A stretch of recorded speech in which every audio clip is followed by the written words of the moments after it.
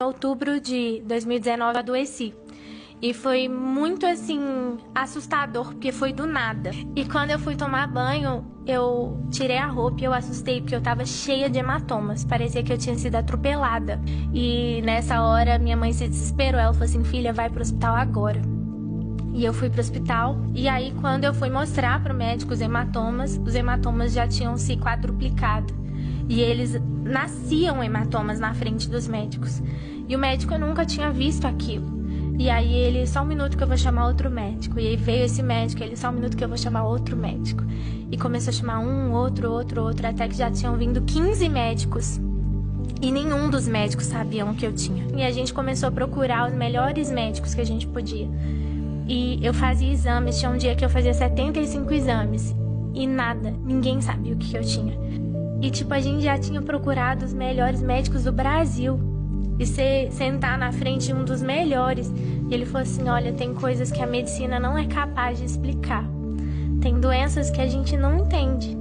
E o que a gente entendeu, a gente fez os exames mais tops, os mais avançados. E tudo consta como inconclusivo. Tem doenças que a medicina ainda não sabe que existe. E a gente não consegue explicar o que a filha de vocês tem.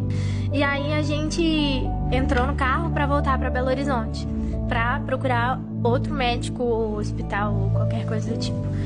E nisso que a gente foi voltar, o Senhor me deu uma visão. E nessa visão eu via o meu irmão pequenininho no consultório de um médico. E eu via o meu irmão entrando lá, meu pai e minha mãe, e a conversa acontecendo, e eu lia na porta o nome desse médico, Dr. Bernardo Gontijo. E de repente eu acordei da visão e o Espírito Santo falou assim comigo: você tem que ir nesse médico. E quando eu cheguei lá, ele é um médico de doenças raras. E só que nesse tempo, com tudo isso acontecendo, eu já decidi que eu ia voltar a viver normal, entendeu? Bem doida, né? E eu tomei essa decisão. Falei: eu vou voltar a fazer o que Deus me mandou fazer. Eu vou servir. Eu tô doente, mas Deus continua curando. Eu tô com problema, mas Deus resolve os problemas. Porque não tem cura, Deus tem milagre. Com isso tudo, eu apresentei e ministrei e preguei o Congresso Moças Diante do Trono. Profetizei cura para muitas jovens. Orei por muitas jovens, porque eu entendo que não é porque eu tô doente que Deus não é um Deus que cura. Deus é independente como eu esteja. Ele sempre é. E nesse processo todo, eu recebo uma ligação de uma pastora de Manaus, de uma agenda que estava marcada, né, antes de eu adoecer. E ela falou assim: oi, Lu, tudo bem? Eu tô ligando pra... Aí eu pensei, né, cancelar, Covid. Ela falou assim: pra confirmar. E aí eu tava pronta pra falar com ela, né, pastora? Infelizmente eu não vou poder ir e tudo. E aí quando eu fui falar com ela, o Espírito Santo falou assim comigo: você vai. E quando eu cheguei, essa é a parte mais linda. Quando eu cheguei, tinha uma salinha, sala pastoral, assim, né? O pessoal chama de sala VIP, mas eu não gosto desse termo. Aí tinha a sala ali e quando eu entrei, tinha um cara tomando soro na veia. O que eu achei que era soro na veia.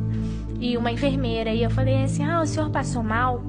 E esse cara virou e falou assim: não, eu não passei mal, não. Eu tô fazendo minha última sessão de quimioterapia. Falei: quê? Ele falou assim: eu não quis deixar de vir. E eu tenho um câncer terminal. Eu tenho um câncer de 11 centímetros. E eu vim pra cá e eu tô fazendo minha última sessão de quimio. E quando ele falou isso, eu esqueci que eu tava doente. E eu saí correndo, eu ajoelhei nos pés dele e eu comecei a orar.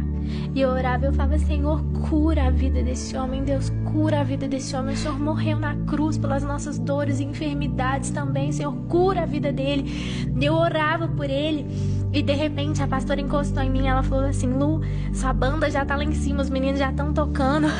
Eu saí correndo, eu falei assim: você tá curado, você crê? Aí ele: amém. E eu saí correndo e fui ministrar.